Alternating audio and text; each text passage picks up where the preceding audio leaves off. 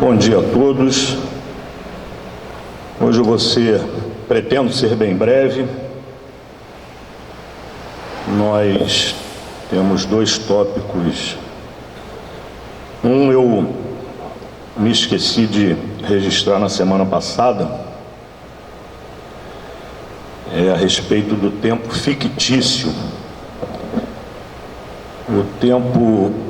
A contagem de tempo fictício é uma prática que nós vínhamos adotando no serviço público em geral e que foi vedada como norma geral pela Emenda Constitucional número 20 de 1998. Mas ela deixou uma brecha para que esse tempo fictício continuasse sendo computado para militares das Forças Armadas e para nós militares estaduais. Esclarecendo melhor para talvez um ou outro que não esteja compreendendo do que se trata, é a contagem em dobro de férias, de licenças e outros tempos que o militar passou na faculdade, que nós temos aí uma fórmula para esse tempo ser computado como tempo de serviço.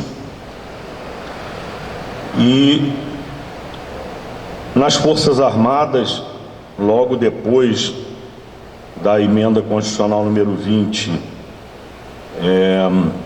foi feita uma lei proibindo e regulando os efeitos dessa contagem. Para a Polícia Militar, desde 2010, para a Polícia Militar do Estado do Rio de Janeiro, desde 2010, por questões internas de interesse da Polícia Militar, desde 2010, que não se conta o tempo fictício, baseado em um parecer da Procuradoria-Geral do Estado.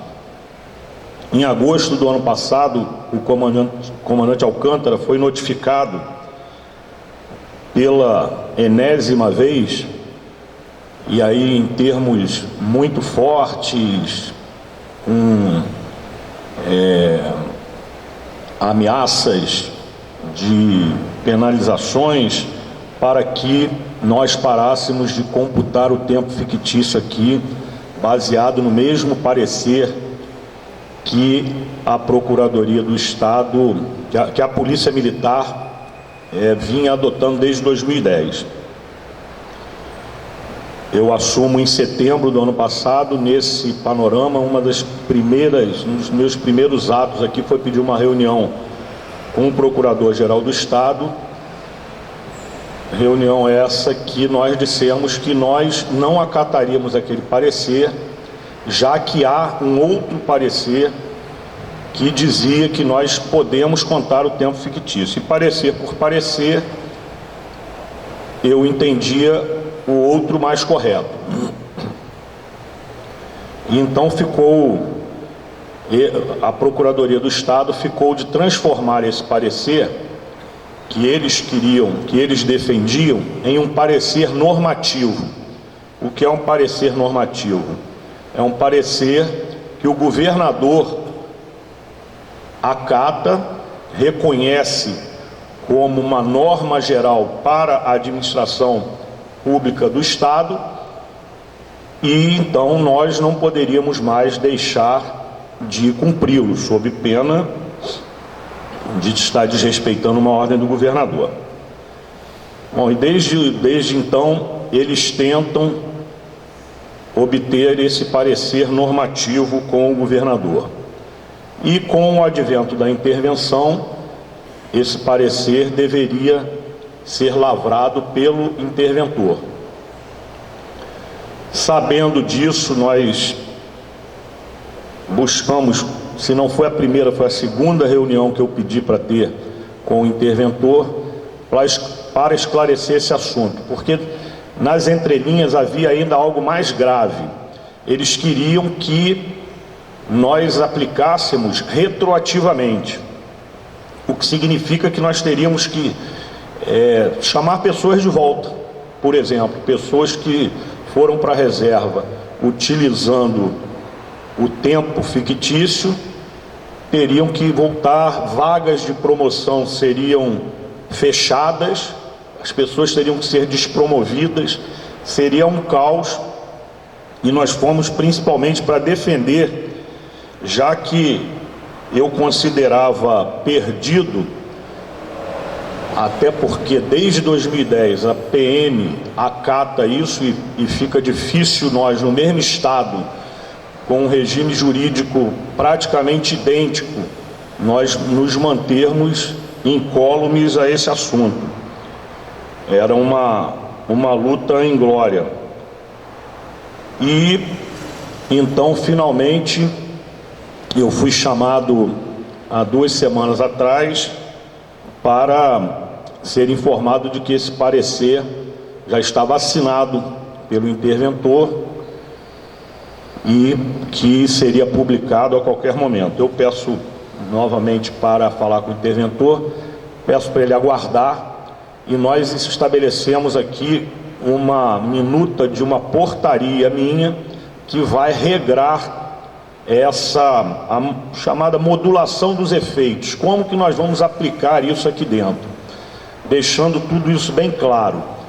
E o interventor então pede que eu mande essa minuta para o jurídico dele, está tramitando lá, e somente depois da aprovação dessa minuta é que será finalmente publicado o decreto do interventor reconhecendo o parecer do Dr. Fernando Barbalho como lei dentro do Estado do Rio, a qual nós teremos que acatar.